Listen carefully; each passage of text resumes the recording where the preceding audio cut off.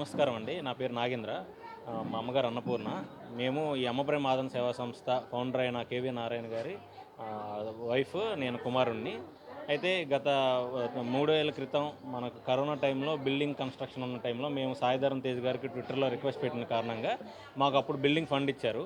అయితే గత కొన్ని రోజులుగా విజయవాడలో ఏదైతే వరద ఇదైతే ఉందో దాంట్లో బారిన పడిన వాళ్ళలో మన ఆశ్రమం కూడా ఉందండి.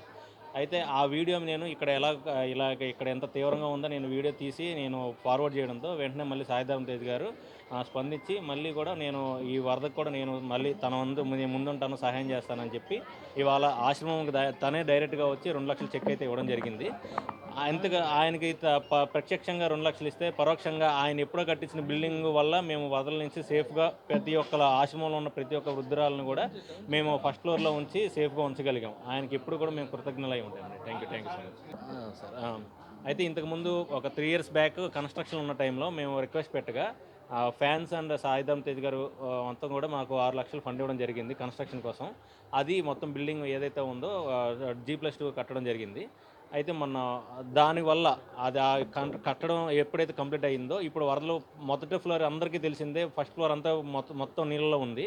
అయితే ఆయన కట్టించిన బిల్డింగ్ వల్ల మేము అందరం కూడా ఈ ముసలి వాళ్ళందరినీ కూడా చాలా జాగ్రత్తగా సేఫ్గా ఫస్ట్ ఫ్లోర్లో ఉంచడం జరిగింది. ఎలాంటి ఇబ్బంది గవర్నమెంట్ సహకారంతో ఎలాంటి ఇబ్బంది లేకుండా ఆహారం అంతా కూడా ఇవ్వడం జరిగిందండి. ఆయన సహాయం ఎప్పుడు కూడా మేము రుణపడి ఉంటాం.